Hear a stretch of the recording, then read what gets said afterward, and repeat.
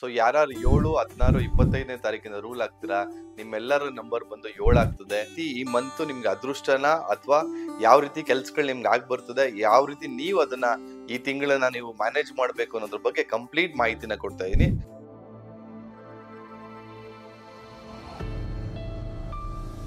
ಅಭಿವೃದ್ಧಿ life style ವೀಕ್ಷಕರಿಗೆ ಸ್ವಾಗತ. ನಿಮ್ಮ ಡಾಕ್ಟರ್ ದೀಪಕ್ ಗುರ್ಜಿ ಮಾಡುವ ಪ್ರಣಾಮಗಳು. ಸೊ ಯಾರು 7, 16, 25ನೇ ತಾರೀಕಿನ ರೂಲ್ ಆಗ್ತೀರಾ, ನಿಮ್ಮೆಲ್ಲರ ನಂಬರ್ ಬಂದು 7 ಆಗ್ತದೆ. 7 ಅಂದ್ರೆ ಏನು? ಕೇತು.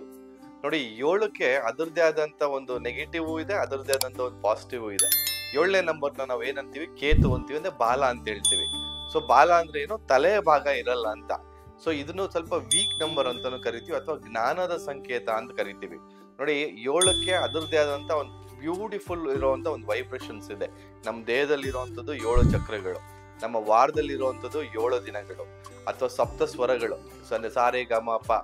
ಕಾಮನ್ ಬಿಲ್ ಅಲ್ಲೂ 7 ಕಲರ್ಸ್ ಇದೆ. ಅದೇ ರೀತಿ ನಮ್ಮ ತಿರುಪತಿ ಬೆಟ್ಟ ನೋಡ್ಬೋದು, 7 ಹಿಲ್ಸ್ ಅಂತ ಕರಿತೀವಿ, ಒಂದು 7 ಕುಂಡಲವಾಡ ಅಂತ ಕರಿತೀವಿ. ಸೊ ಇದೇ ರೀತಿ ಆ ಸಪ್ತ ಅನ್ನೋದಕ್ಕೆ ಒಂದು ಸಪ್ರೇಟ್ ಒಂದು ವೈಬ್ರೇಷನ್ಸ್ ಇದೆ. ಅಥವಾ ಮದ್ವೆ ಮಾಡಿದಾಗ್ಲೂ ನಾವು ಸಪ್ತಪದಿ ಅಂತ 7 ಹೆಜ್ಜೆಗಳು ಇಡ್ತೀವಿ, ಅಥವಾ 7 ಜನ್ಮಗಳು ಅಂತ ಹೇಳ್ತೀವಿ. ಸೊ 7ಕ್ಕೆ ಅದರದೇ ಆದಂತ ಒಂದು ಶಕ್ತಿ ಕೂಡ ಇದೆ, ಅದರದೇ ಆದಂತ ಒಂದು ಲೋ ಕೂಡ ಇದೆ.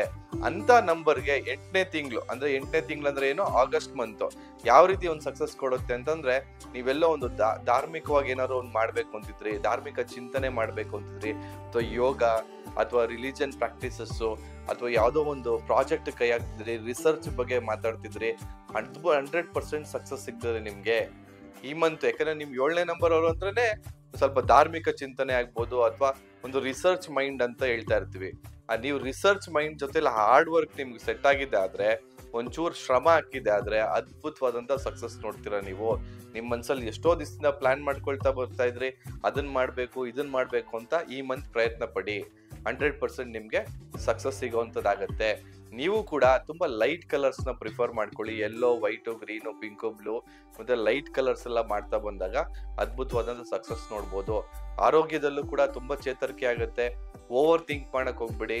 ಫಿಸಿಕಲಿ ಸ್ವಲ್ಪ ಒಂಚೂರು ರಿಫ್ರೆಶ್ಮೆಂಟ್ ತಗೊಳ್ಳಿ. ಒಂಚೂರು ಒಂದು ಟ್ರಿಪ್, ಶಾರ್ಟ್ ಟ್ರಿಪ್ ಹೋಗಿ ಬಂದ್ರು ಪರವಾಗಿಲ್ಲ, ಒಳ್ಳೇದಾಗ್ತದೆ. ಮತ್ತೆ ಧಾರ್ಮಿಕವಾಗಿ ಎಲ್ಲ ಒಂದು ದೇವಸ್ಥಾನಕ್ಕೆ ಹೋಗ್ಬೇಕು ಅಂತ ಅನ್ಕೊಂಡಿದ್ರಿ ತುಂಬಾ ದಿವಸದಿಂದ, ಒಂದು ತಿರುಪತಿಗೆ ಹೋಗ್ಬೇಕು ಅಂತ ಅನ್ಕೊಂಡಿರ್ತೀರಾ, ಅಥವಾ ಯಾವ್ದೋ ಒಂದು ಧರ್ಮಸ್ಥಳಕ್ಕೆ ಹೋಗ್ಬೇಕು ಅಂತ ಅನ್ಕೊಂಡಿರ್ತೀರಾ, ಖಂಡಿತವಾಗ್ಲೂ ಒಂದು ಪ್ರಯತ್ನ ಪಡಿ, ಆರಾಮಾಗಿ ಹೋಗಿ ಬರ್ತೀರಾ. ಆ ದೈವ ಅನುಗ್ರಹ ನಿಮ್ಮ ಜೊತೆಲಿ ಇರುತ್ತೆ ಅಂತ ಹೇಳಕ್ ಇಷ್ಟಪಡ್ತೀನಿ.